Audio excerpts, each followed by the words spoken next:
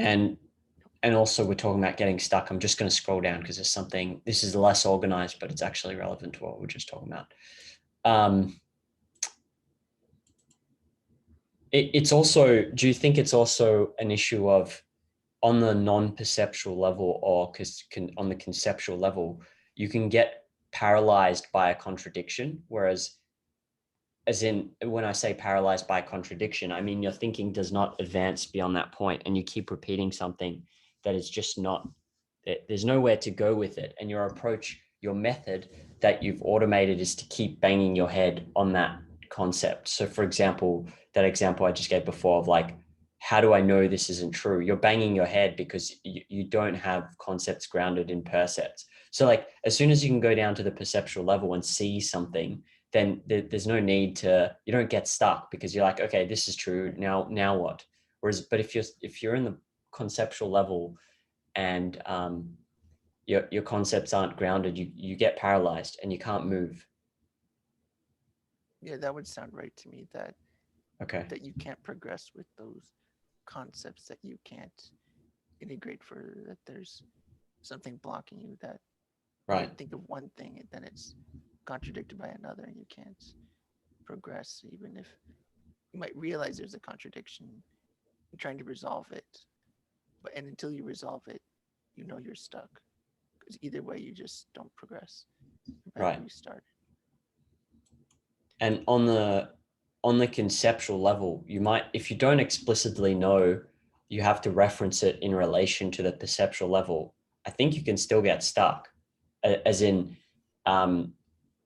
even with the contradiction, you can just remain paralyzed and not know you need to do anything about it because it's not like, if you see the reason I brought up the perceptual level before, I was thinking like, if I see something, the question is always, well, what do I want to do with that? Like, do I want to run? Do I want to eat it? Do I want to use it?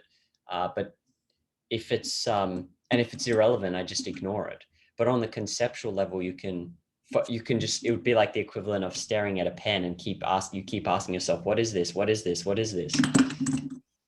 Which Yeah, is easier to do that on the conceptual level than it is on the perceptual level, because I mean, unless you've got some kind of mental illness, you're not going to do that.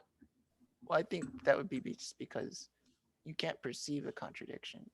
Even a contradiction, you're not gonna doesn't exist on the perceptual level. Even a contradiction only exists Right. on the conceptual level. And Right. you can only develop a contradiction that you have two ideas, two ways of thinking that go against each other. Because you can't contradict yourself when you're just, as far as perception, like you see a dog, you see a cat. Like they're not contradicting, they're not Right. even conceptual status. It's just you might, what you say about them can be contradictory, which is thinking or conceptual or even something conceptual. But just the perception itself isn't a contradiction. There's nothing contradictory about the perception, nor could there be. What do you think then of the analogy of um, false philosophical premises as mental illness on the conceptual level?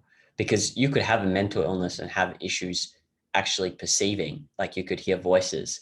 But if you want to artificially induce mental illness, then you can just adopt false philosophical premises, automate them, and suddenly you're banging your head against the wall. Um, I don't like to call it illness. I would still stay away from that word. I don't think there's too much baggage with that as far Mm, as too much risk for confusion. And I would okay. say there's causes of mental stress, perhaps, or maladaptation, or poor adaptations. It's not an illness per se. When illness is often something you can't control or you're unwell, you could say that you're unwell in the sense that you're not flourishing as best you can. But if you're eating poorly, for example, doesn't mean you're sick, but you're not. Do you know what I mean? You're not uh, flourishing. You're not healthy per se. Yeah. Although with the example I gave you, where you're like, if you're caught in a skeptic's loop of how do I know this isn't it? How do I know this is true? How do I know this is true? The function is the same. You're not able to the result is the same. You're not really able to Right. function well. It's not the same as like just not eating optimally. But anyway, I mean, it's a tangent because it was just trying to find an interesting I analogy. mean, or it metaphor. would be in a sense illness, because the difference between sometimes, say, having a stomach ache versus having a acid reflux disease would be the frequency of it and the Right. severity of it, and even how often it occurs, not just the degree of the illness. You could say it's one you're just not optimal. Another sense could be that it's so unoptimal that you're not even functioning at a bare minimum level. Yeah. Well, you mentioned contradiction on the conceptual level as you can't directly perceive it. Now, here's where I was thinking about something. So the concept should, I looked up the etymology of that, and you can see, so it came from obligation, I think. Yep. The original notion of obligation means to owe something. Yeah. I didn't know that, by the way. Or ought. It also used to be ought to, should. Yes. Ought became should. Same with Latin. What's same with Latin? Latin, the debere is the word for should, which also means to owe money. Ah, okay. Oh yeah, there we go. To owe. Yeah. Obsolete.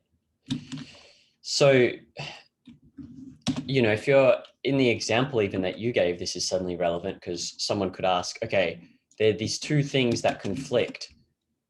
Which one should I go with, or what should I do about it? What should I do? And if you don't have, like, I used to often use the word should or the concept should as an absolute. But then if you look at what I mean by that is it's almost like this thing external to yourself, like the duty-based principle we talked about. But if you look at the etymology, you see, oh, hang on a second. So should, if you use the concept should in a sentence or a preposition, is it preposition or proposition? Proposition. In a proposition, then there should always be an if, because a should is a debt to something, right? So you should do, what should I do? You should do X if you want Y, or something like that, right? Like there's always, this part can always be implicit, but it's always got to be there, right? There's no should that's an absolute. You call it the hypothetical imperative. I didn't even know that. What's that? It's like it's like categorical imperative. I have no idea what any of that is. Is that grammar? Well, it's Kantian.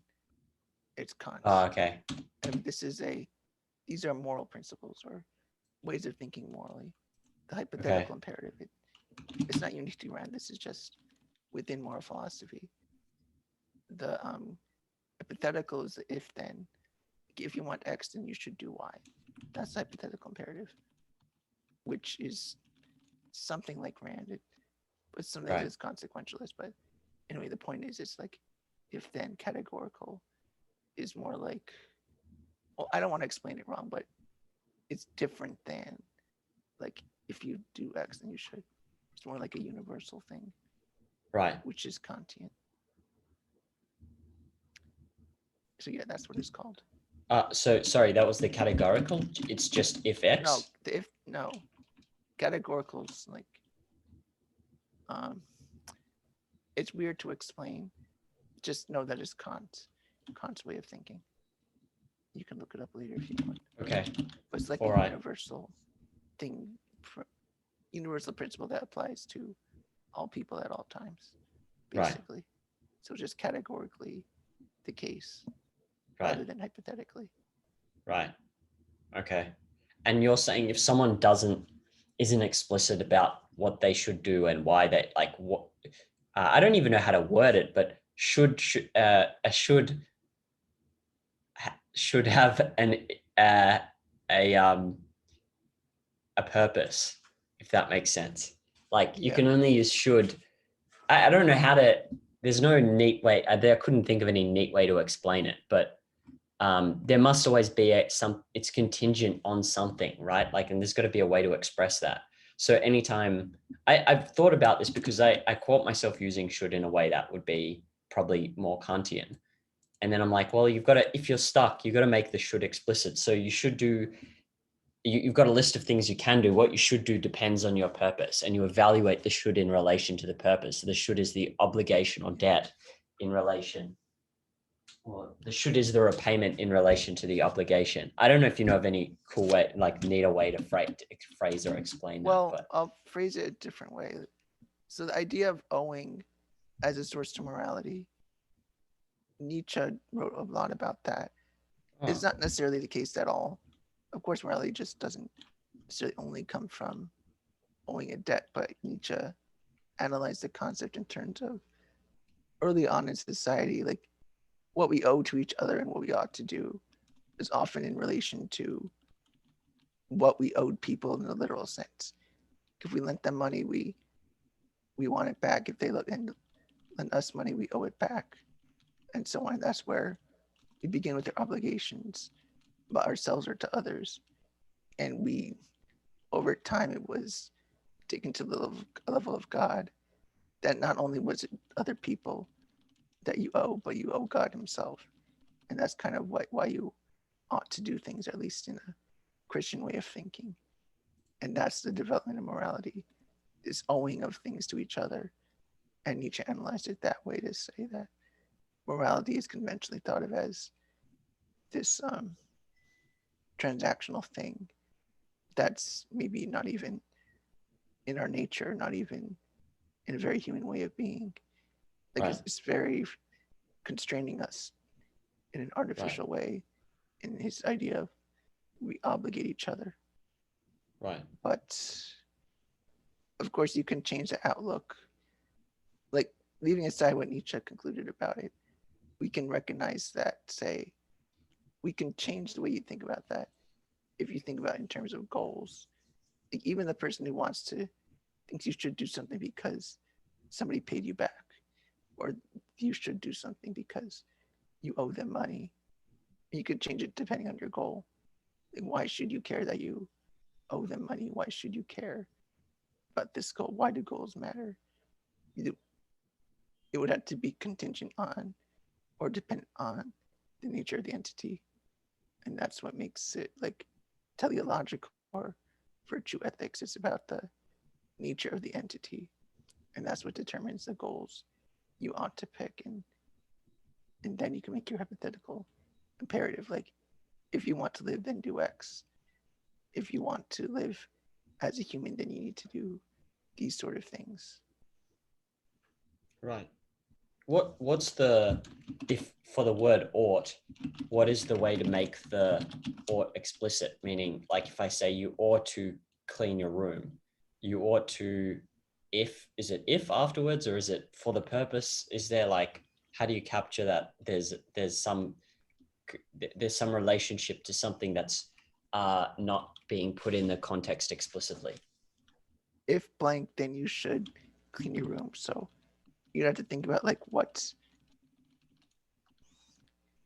Is ought. Yeah, I mean, just think of anything. You should pay for your food at, you should pay for your food, I could say. Or say you should, I'm trying to think of a good example.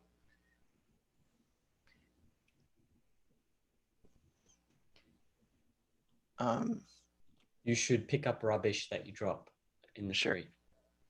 So you have to think of it in terms of, well, then what good is it to clean it up? Why should I? For what goal is it for? The if would be what goal it's for. Right. Okay. That's interesting because I feel like, at least I recognize in myself, and I was thinking about it, like you can adopt a concept like this and not realize that it has some component that has to do with some explicit purpose. Like you can actually literally adopt, oh, you should do this. Why? Well, because you should do it. And that's it. That's as far as it goes. Yeah. Which takes you to the duty-based principle of action you mentioned. Yeah, and the hypothetical imperative, at least that frame of thinking. There's many ways to think of it, but at least two. Oh, I Now thought the making something. hypothetical imperative wasn't Kant. Sorry, I thought that was the It's not. identification of. Hypothetical Okay. imperative could be consequentialist, as Okay. in things are good only because they're consequences. Yeah. But it's still basically what an objectivist might say. It could be consequentialist, but you avoid that by thinking in terms of the nature of the entity rather than simply the consequences. Okay. Nature of the Yeah. entity that acts. Yeah. Cool. Yeah. Sorry, I cut you off with the. Yeah. I don't know if So you. that'd be the You better way to still. think of. Because you don't want to think it's good to pick up the trash because it makes the neighborhood clean. Like that's merely the consequences. Or I mean, you could make it simple like that. You can do a complicated moral problem. Then, like, is it right? Do the ends justify the means? You could just say, Right. if you want a safe society, therefore you should surveillance everyone. Right. Which consequentialism would be, it doesn't matter how you get there, as long as you have the safe place. So by nature, the entity would be taking into account whether those means would actually cause harm as well to the entity, whether by nature that goes against the nature of the entity to accomplish it in that way. I understand. Okay, that's interesting.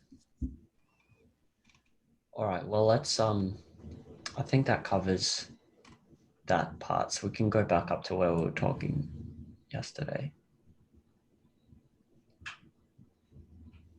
Yeah, we're talking about stuckness. So we can go on to, oh, you mentioned also, I think we were talking about, trying to remember the context when you were talking, when you were telling me about when you wrote that one-page document on the thinking methods and stepping back and standing close or far. And you mentioned different ways of thinking. Isn't there essentially, like, there's one fundamental way of thinking? So that would be epistemology determines that. So that might be, for example, having a purpose, thinking in principles, thinking in fundamentals. But then those would come first.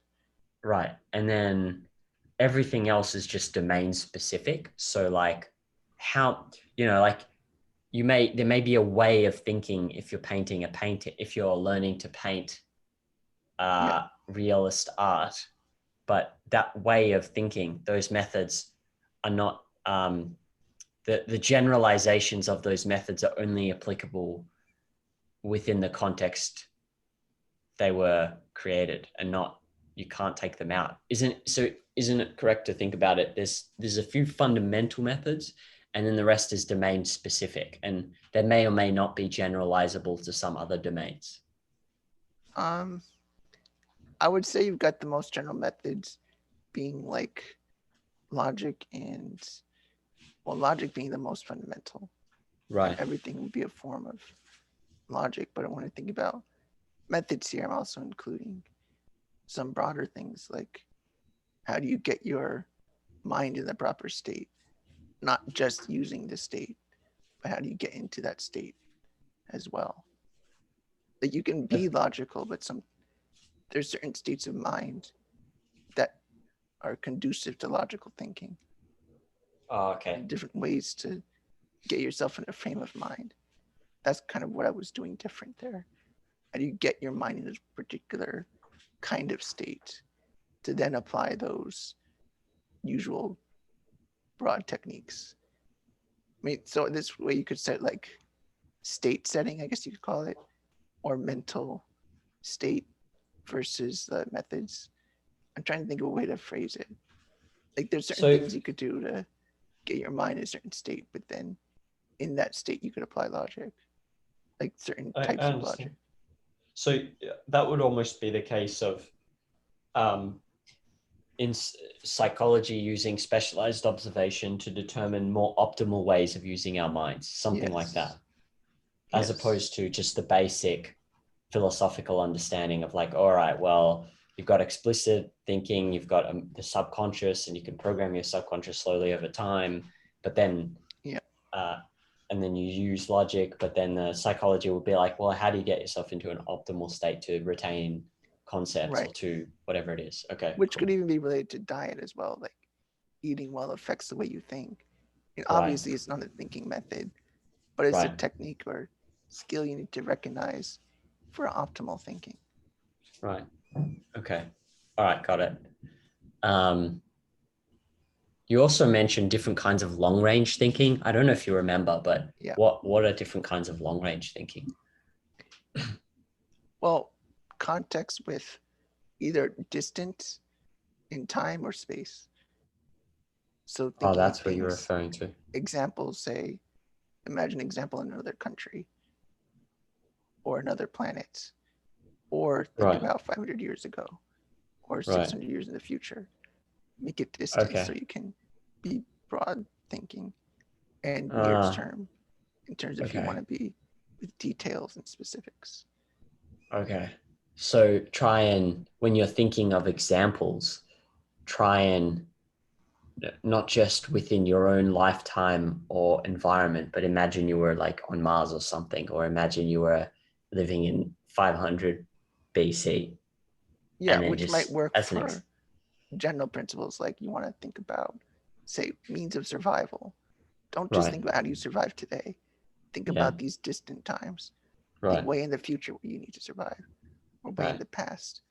And your mind would be in a more big picture frame of mind rather right, than nitpicking every little thing. Like, do I need this to survive? You might start nitpicking, like, do I need a coffee every day, or do I need a computer? Like, you, they might be relevant considerations, but if you want to think big picture, you don't want to think about that. You want big, broad ideas. got it. Okay, cool. Um, and then how does thinking in principles, how do you think about it in application to an essay? Or like, what does that mean when what examples come to mind is actually the thing. Like if you read an essay or if you read a book, what does thinking in principles look like to you? Well, we can drop the idea of fundamental versus principle here. I don't think that's Okay. critical. So let's Okay. say there's, well, let me answer with in the context of the essay. So, like, the principle would be the thesis statement, the one word phrase that explains the point of the essay, what it's saying, what it's getting at. Fundamentals I often would think of as the key points you make within Right. that essay, the Right. details of it. Okay. Got it. So it might be, I guess each paragraph might be a fundamental if the authors thought that way. Yeah, or critical thing or critical point, Yeah. Okay. fundamental. I'm just Okay. distinguishing between getting at the key points versus getting this big picture idea. The Right. big picture would be like the one thesis statement, say the cause of the Civil War was slavery and economic strife. That would be a thesis statement. Oh, that would That'd be a be kind of get fundamental the or a point. principle? I would just call that maybe a principle or like a principle. It's hard to say. I Yeah. don't want to get into it too much. I just distinguish Yeah. Okay. All between the right. big picture and the things that explain the big picture. Okay. And then what about if I'm thinking about a sentence or a proposition, um, what is the I don't think so. Is there always a fundamental in the proposition? I'm not sure if that would be the way to think of it. okay? Yeah, I wouldn't say so. And in an event or an action?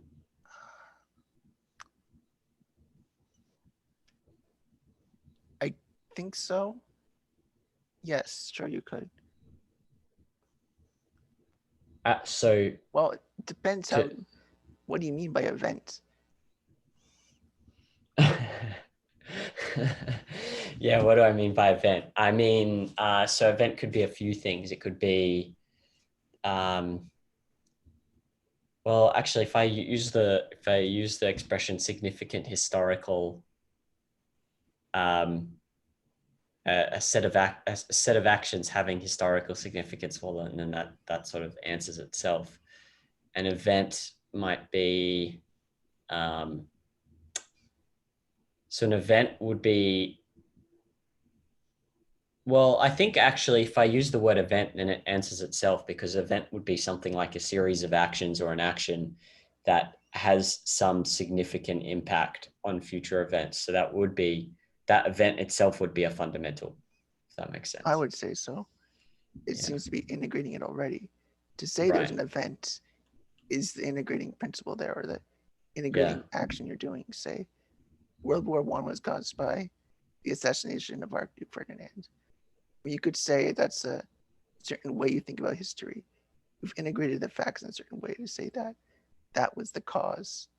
Right. Or you could make another argument that the cause was the terrible system of treaties Europe had caused World War I, which is a better hypothesis. But either way, there's a certain way of framing history and thinking about how things occur.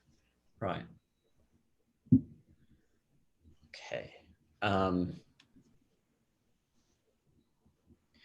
So this is about reasoning. Like, I understand that you don't have to constantly use reason, but if you act, you're either acting on reason or emotion, right? I would say intuition's a third option. Okay. I'm not fully clear on the distinction, but Let's let's go just say with it. emotion then.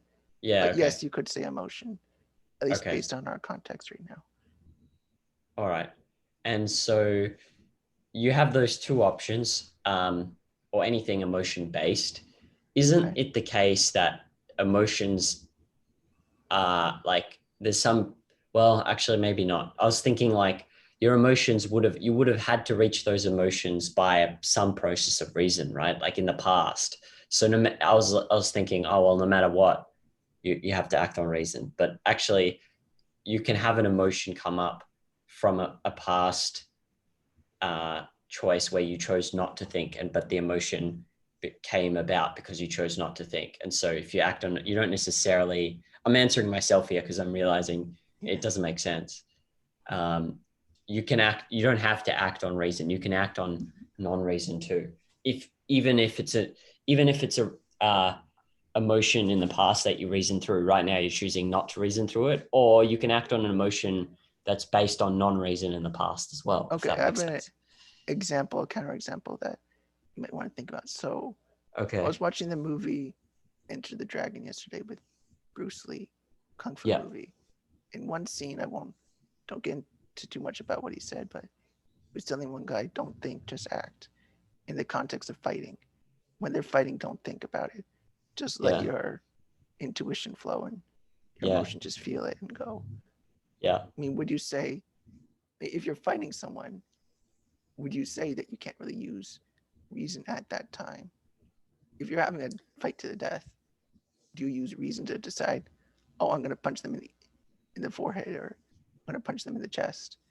Like, I don't think so in that case. I think you're running on pure intuition or emotion or whatever you want to call it. But like, I get, okay, in that context, I see how you'd use, because I would differentiate emotion and intuition. Intuition is like this thing that's driving you, whereas emotion is making you feel certain things. But I would say you wouldn't, I don't see how you'd use reason in that context. I've heard that in other situations as well. Yeah. Another interesting thing he said, there's like, don't be angry, just emotional content, which was a weird way to phrase it. But it sounded like he meant don't be emotional, be in control, but don't think about these choices. Let your intuition take over at this time. Right. And that was interesting that we phrased it. Like he was thinking in terms of like, you should think, but sometimes thinking is not what you need. Like if you're fighting someone to the death, say your reason got you there, brought you those skills, but reasoning at that moment might delay you or slow you down. Well, to some extent, yes. I don't know how it may be the case that it's some reason, but it's not reason alone that got you even the skills. I probably could say that. Or even if, say, you could create a short-term plan within that fight, say you want to get them to this one part of the arena, and you let your intuitions go with fighting to bring them there. So you could use a combination of both. That would be the way of integrating your reason and emotion in a way that accomplishes goals. You don't abandon reason, but you take advantage of everything there that's available. Yeah, I don't know what's the interaction between the two in that case. I remember there was this fiction, it's Musashi, so who knows how true this is, but that he was writing about how he discovered the two-sword technique because he used to fight with two swords.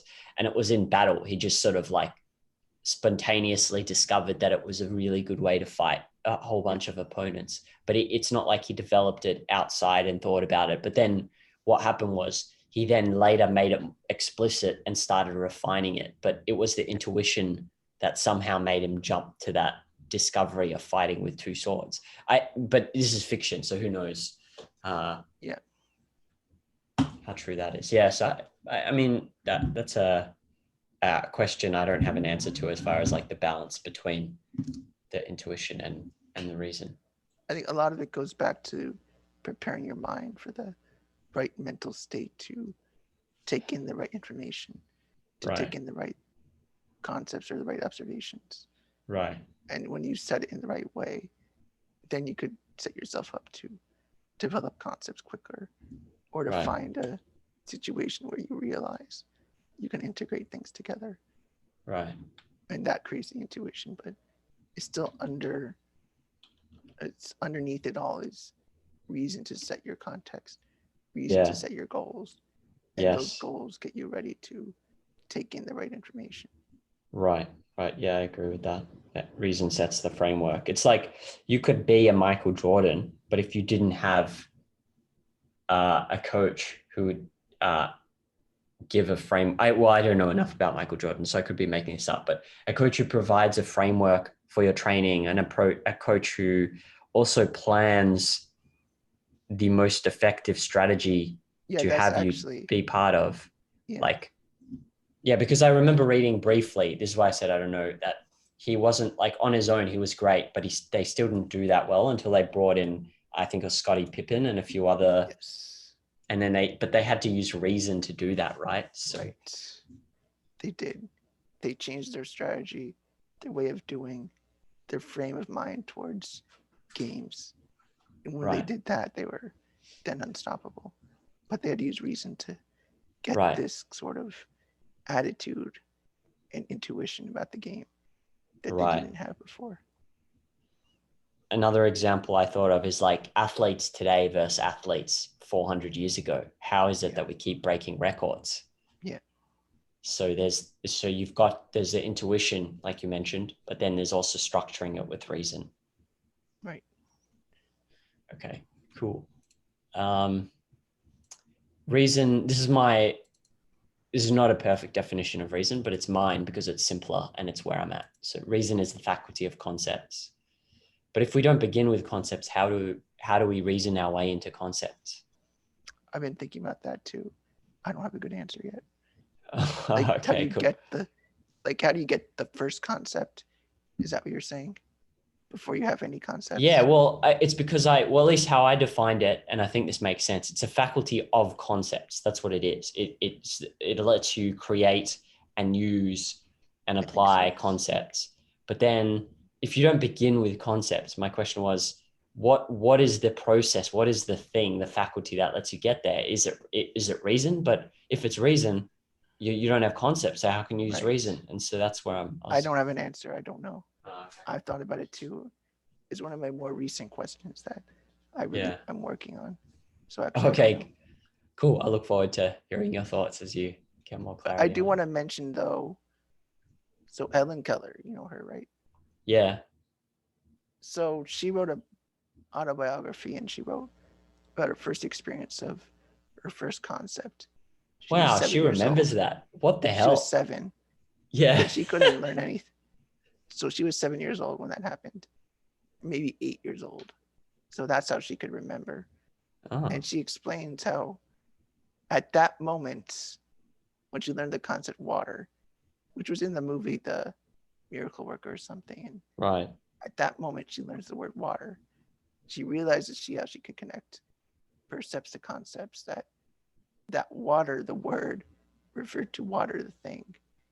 And then all of a sudden she described it like she could think of things. She could think about things in a maybe more. She wanted to know what things were. She wanted to understand the world. Like she had a language of thought. Finally, like it was a miracle to her. And she Wow, wanted that's to learn so interesting. many words. She would just want to keep learning words that day. Like just get going and going and going because she discovered this new way of thinking, of being. Yeah. And that might be some way to get at the answer, where she has one of the few real world examples of somebody remembering their first concept. Right. Yeah, that's super interesting. It's also cool from the perspective of when you have some kind of deep philosophical epiphany, it motivates you to keep discovering more on Yes. it could vary. It could be in something else, like, but Right. it motivates you to keep going when you make that progress. Right. So I don't know if you've thought about this, just a random thing I was thinking about. Like when you look at, if I'm thinking of like, I don't know, what's an example? Einstein, and then I think of a South American native in the jungle. Like what? There's I'm just trying to get my head around like how. So one has advanced way more because of all the concepts that someone else has discovered.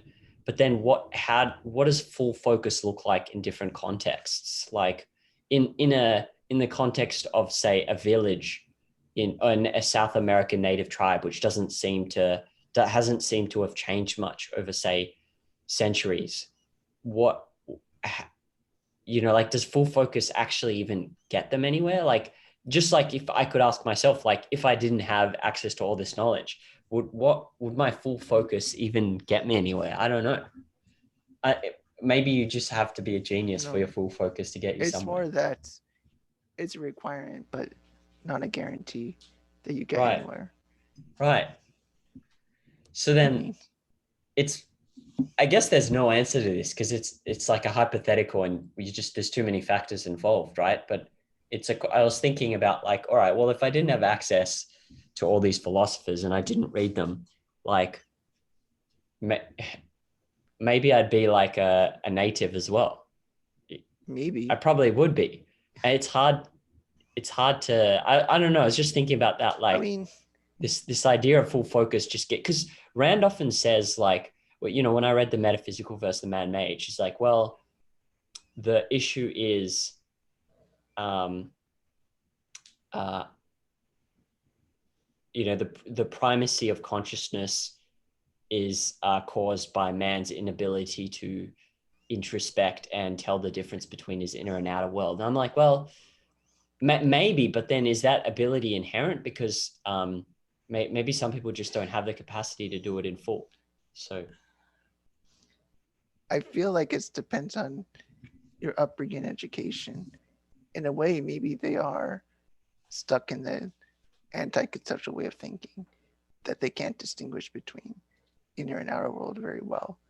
That's why they can't progress much yeah, beyond, say, hunting and picking berries right. or something.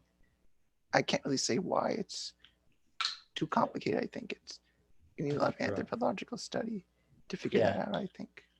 yeah, But we can say that maybe, say, forget Amazon drives, maybe say the Quechua people in Peru, which they're still in civilization. I mean, you could say they're in full focus when they're harvesting potatoes. Like they have a mother could have a baby on her back right. and she's picking potatoes and she's doing it efficiently and quickly. And then she cooks dinner after that with her potatoes and she might sell it to some local city people who want your special potatoes. And I could see that kind of going on where they're in full focus to accomplish that. And they Yeah, live their life that way. They might not find, make great philosophical discoveries, but they're living a life that makes sense for human right. nature. They produce, they think about what they produce. they Right. think to their ability and go on from that. Sure, if they grew up maybe in US or Australia or any country like that, they might be set up for more success. But that's more like, I don't know, the context of where you're born that could affect Yeah. things, but it's not that this person has some special magic ability. It's like the education that allows you to find more opportunities.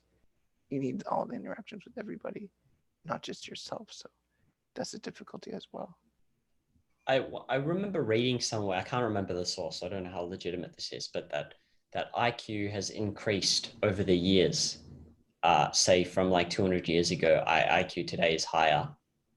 And it made me think about like, I wonder how much of it is actually just proper education when people are young and the experiences they have. So like, take someone today, take me, for example, and plant me in some Fijian tribe. And then even if I'm in full focus, maybe there's just some irreversible difference in terms of capacity to handle abstractions just based on the way I was raised.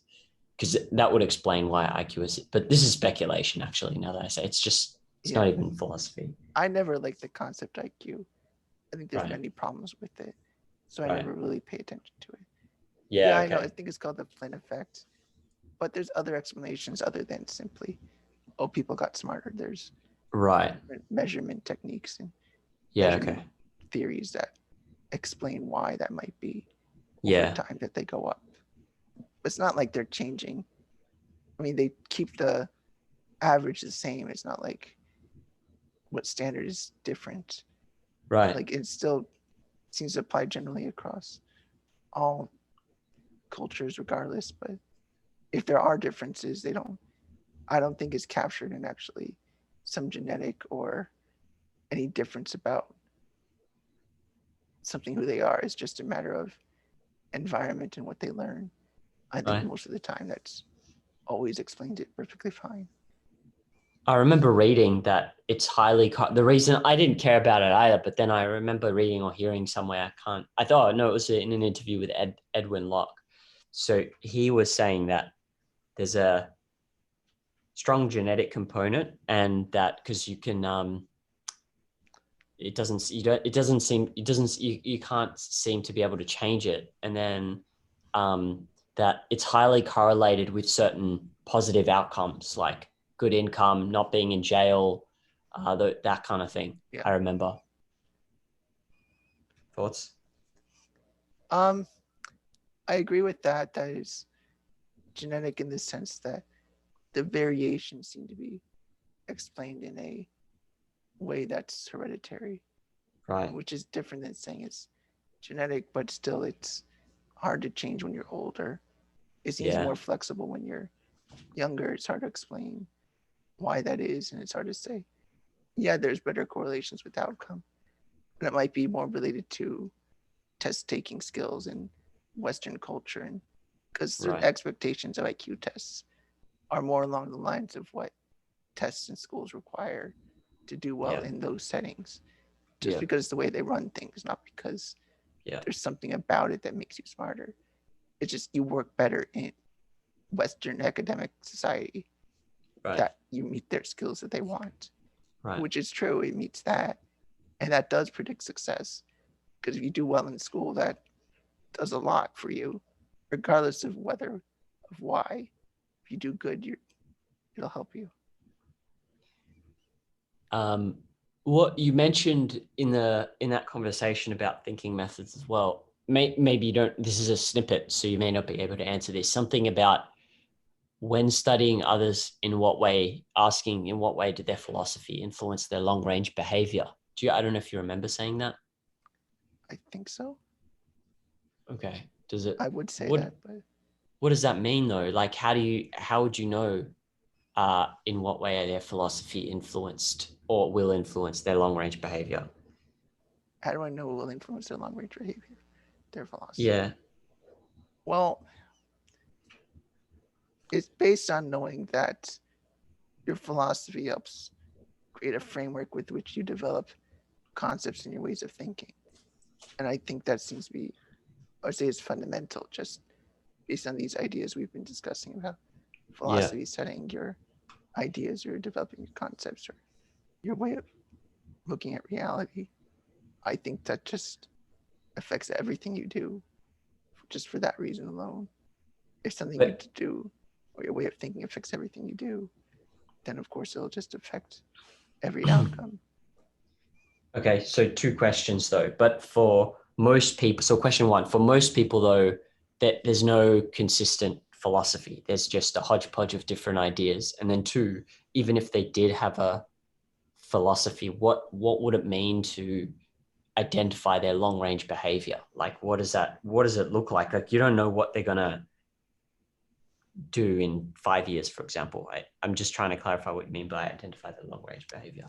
Long range behavior would be, I don't know if it'll help you identify what the behavior will be, but maybe what is consistent with how they've been, what's consistent with their way of thinking so far. It maybe say, if somebody, like with you, I could say, what do I see of you long term? I could say, well, you're probably going to do something with these concepts you're learning and apply it to your work somehow, or your career somehow. And that's just one initial thought. Right. And that would say that's only because the way I've seen you thinking, I can conclude that in the long range, that there's something to do with thinking you'll better be able to do. Or say, even take something like Elon Musk, I could say, in 5 years, he's probably going to have some really fantastic thing about SpaceX, because based on what I know about his thinking and the way he talks about science and things like that, what his general philosophy is, like I could sort of get a sense of who he is. Got it. Make predictions from that. Understand. What seems likely and sensible based on his thinking right now. Yeah, that makes sense. I never thought in those terms, but I like it. I didn't think it's such a attempting to predict someone's the way they might be long range based on their ideas. That's cool. That's a form of judgment, right? That's like, I guess, yes. I don't even know if that's justice. Judgment doesn't have to be justice. Like, to recognize what Elon Musk might do in the future isn't a. It's more judgment. Justice would be taking some action towards or against that. Yeah. To support it or something. Right. Give him what you're thinking in principles. Yeah, but then I could judge it as good. So I'll say, if I had $1 million, maybe I'd just help fund his stuff. Right. If I was also a billionaire, sure, I'll give you money, Elon, because I think that's what I should do. Yeah, because I believe in what I judge. Yeah. Things like that. Cool. Let's see, we've got. I was thinking about axioms. It's correct for me to say that they're not self-evident, right? They're irreducible primaries. They're implicit, but not self-evident. To be self-evident would be available out there immediately to be grasped. Conceptualization requires genius. So for example, A is A, which I could just, if someone just said A is A to me, I would probably just laugh at them, because I don't know what would be. It's easy to just go, oh, so what? Of course A is A. But to conceptualize all arguments, all valid arguments as having the rule A is A. I'm not sure about the word self-evident. I still say self-evident, but because I don't think it necessarily implies having attained conceptual understanding. The evidence is there. It doesn't mean you know how to use it or what it means. Okay. But the important thing is, irreducible primary. They're implicit in everything you do. There's nothing more to them. You can't reduce it further. Like, that's the bottom of the line of your generalizations. There's nothing else to it. Okay. Maybe this one's too long to get into now, this proof and inference, so we'll skip that. And I think I've mentioned this one too. We can go to this. I think I've just following my thinking. The question of how do you know something is true? So the method, what is the method for identifying truth is So if I can't think of a counterexample, it doesn't mean it's true. But then the problem it all reduces to induction, which is a form of inference. Like it's being able to explicitly identify what induction is and when the generalization from induction applies, right? That's how you know something is true. That is our method. Yeah. Well, you would Okay. call it the problem of induction. How do The you know what? these new things? The problem of induction. That's what it's called in philosophy. Okay. How do you know what you've assembled here is in fact true? How do we know we can make that generalization? How do you know when the generalization is true rather than it's like a failure of reason? Yeah. How do you know when it's true? Okay. Cool. Which is a big issue. I mean, that's like what epistemology is. How do you demonstrate what is true? How do you know what is true? Which is a huge issue and a difficult thing. Objectivism doesn't have a direct answer. But it is the case, though, that we often function in a way that works. Just like I think Aristotle discovered logic, but before he discovered logic or the rules of logic, there were still people identifying contradictions in other people's arguments, right? Like they go, something is off here, but their only difference is the consistency. So like, just because we call it the problem of induction doesn't mean that I can't generalize that water boils when I put it in the kettle, but philosophy seems to play some role in terms of, is it primarily for the sciences, would you say? Like if it's the problem of induction, like it's primarily trying to work out, well, how do we make this explicit so there's a method for complicated phenomena that science deals with as opposed to daily life? I don't think it's really any different other than there's more time with science. With day to day, you don't always have the time to just figure out everything. Like a lot of time it is rules of thumb and heuristics. So it is true. Like, how do you know? How do you get to truth rather than these best guesses? Yeah. Okay. That's hard to say other than using these techniques are better. Well, anything about epistemology and objectivism will help you get there much easier. But whether or not, how do you know when you got there? That's really hard to say.